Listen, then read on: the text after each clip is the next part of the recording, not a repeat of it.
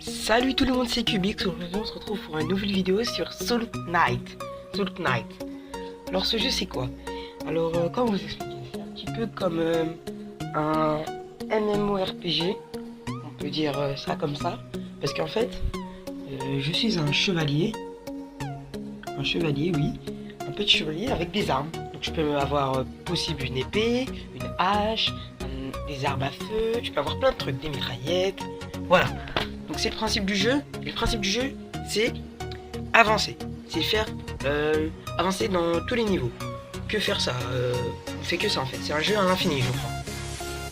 Alors voilà, comme vous voyez sur l'écran, il y a plein de petits personnages. Donc là, il y a un vampire. Là, une sorcière. Là, un assassin. Un alchimiste. Un paladin. Un chevalier. Alors Rogue, je crois que c'est... Je crois que c'est un petit peu comme un assassin, je sais plus trop. Vous direz dans les commentaires c'est quoi, mais j'ai oublié. Alors une machine à eau. Donc ça je pense que c'est comme une tourelle. Mais ça il faut posséder $, c'est de la vraie argent malheureusement. Excusez-moi, je suis un petit peu...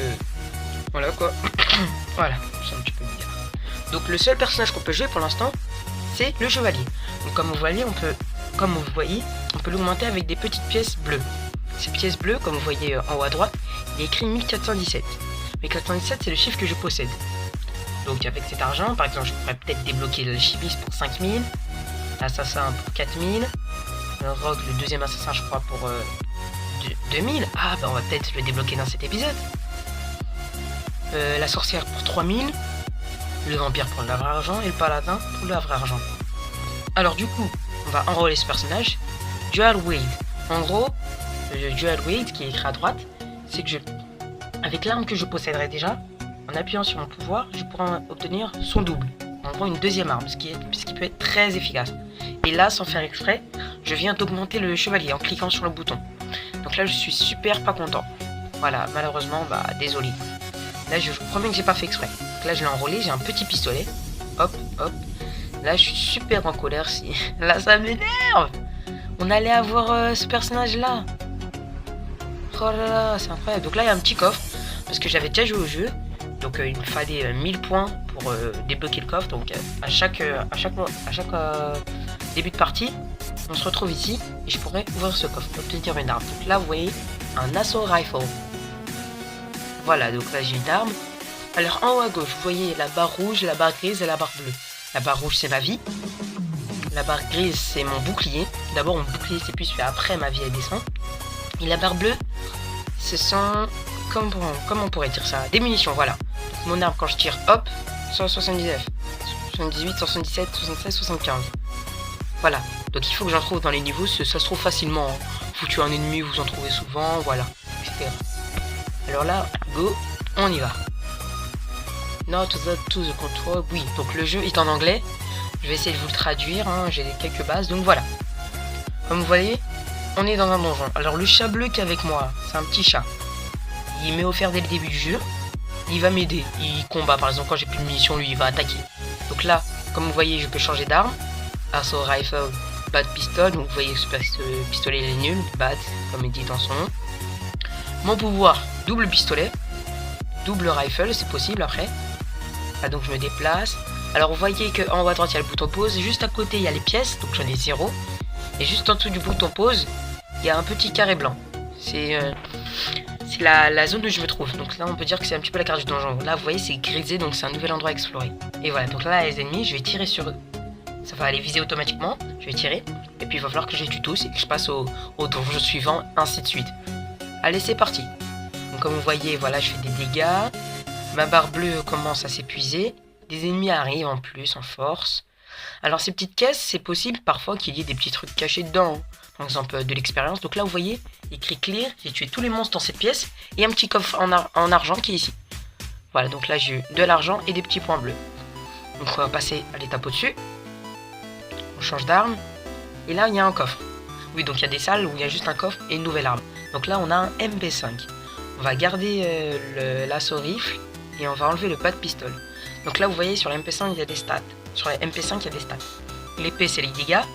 Le petit truc bleu là, le petit losange bleu, c'est le coup de munition. Donc une balle, une munition en moins, un petit carré blanc en moins. Et le petit 5 avec l'épée, avec le petit truc jaune là, ce qui s'appelle ses dégâts critiques. Et le petit viseur rouge, je crois, je ne sais pas vraiment c'est quoi le petit viseur rouge. Donc si vous connaissez le jeu, dites-moi dans les commentaires à quoi sert ce petit viseur rouge. En tout cas, le bas de pistole fait 3 de dégâts, celui-là aussi. Mais il a des dégâts critiques celui-là. Alors l'assaut rifle, alors... Et l'assaut rifle il est meilleur que le bas de pistole. Ok, donc on a une nouvelle arme. Du coup on va continuer. Ah oui, ce petit truc bleu là. Ça augmente ma vitesse. Si je passe dessus, regardez. Hop là. Usain Bolt. Et on passe à la pièce suivante. On teste notre nouvelle arme. Ouais, c'est pas trop mal. Donc là, vous voyez, il me tire plein de balles rouges. Vous vous dites, mais à un moment, imaginons, il y en a plein qui me tirent tout ça au milieu.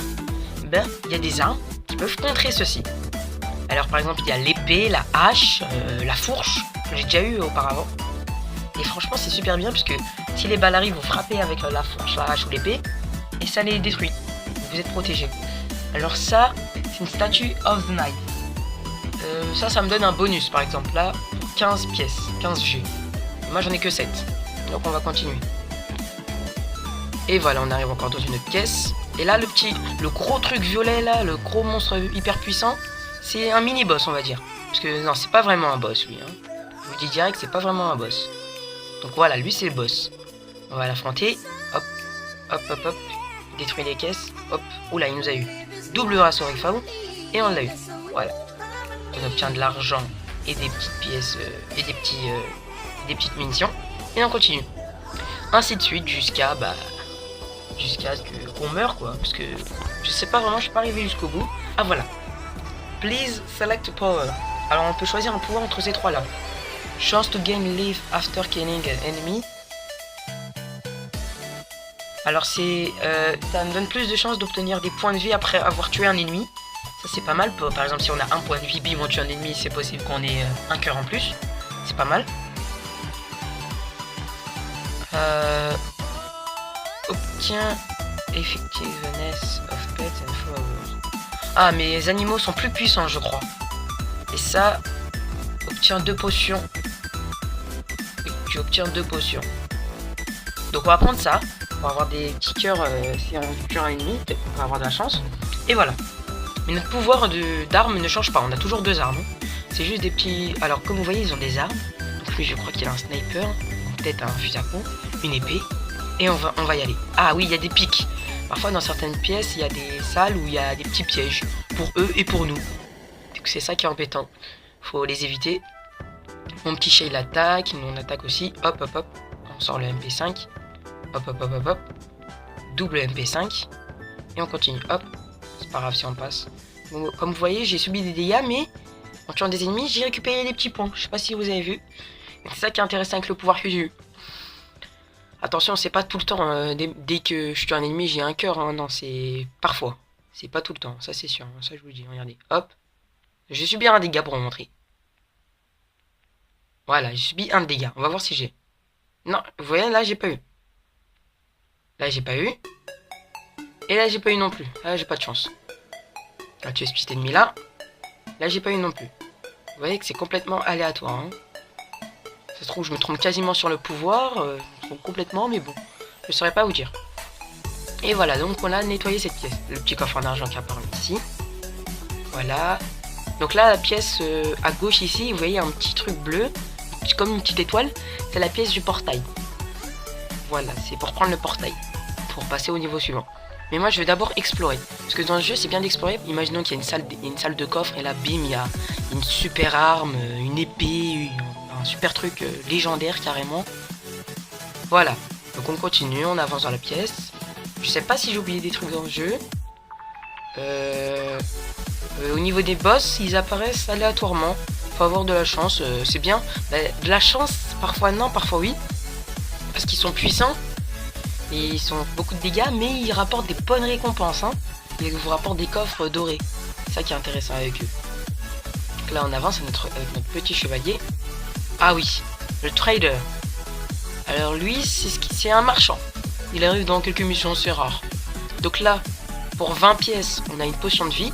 Mais notre vie est déjà au max. Pour 10 pièces, on a des munitions, une potion de munitions. Et pour 20 pièces, on a un katana. Bah écoutez, on va prendre les deux, on va prendre ça. Voilà, on a des munitions. Et on va prendre le katana. Alors, alors la Sœur Eiffel fait 3, 10, 10. Et lui, il fait 7,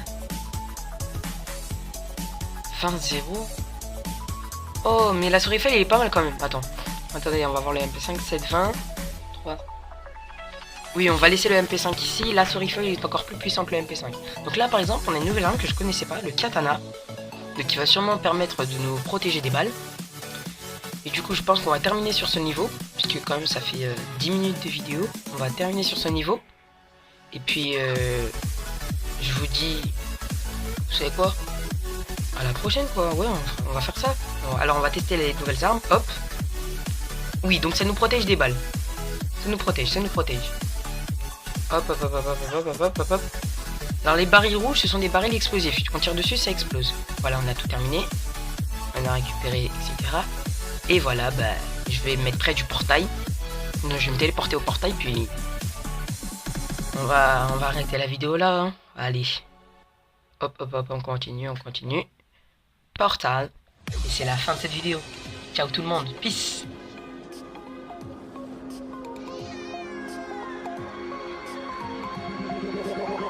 Like a Hellcat.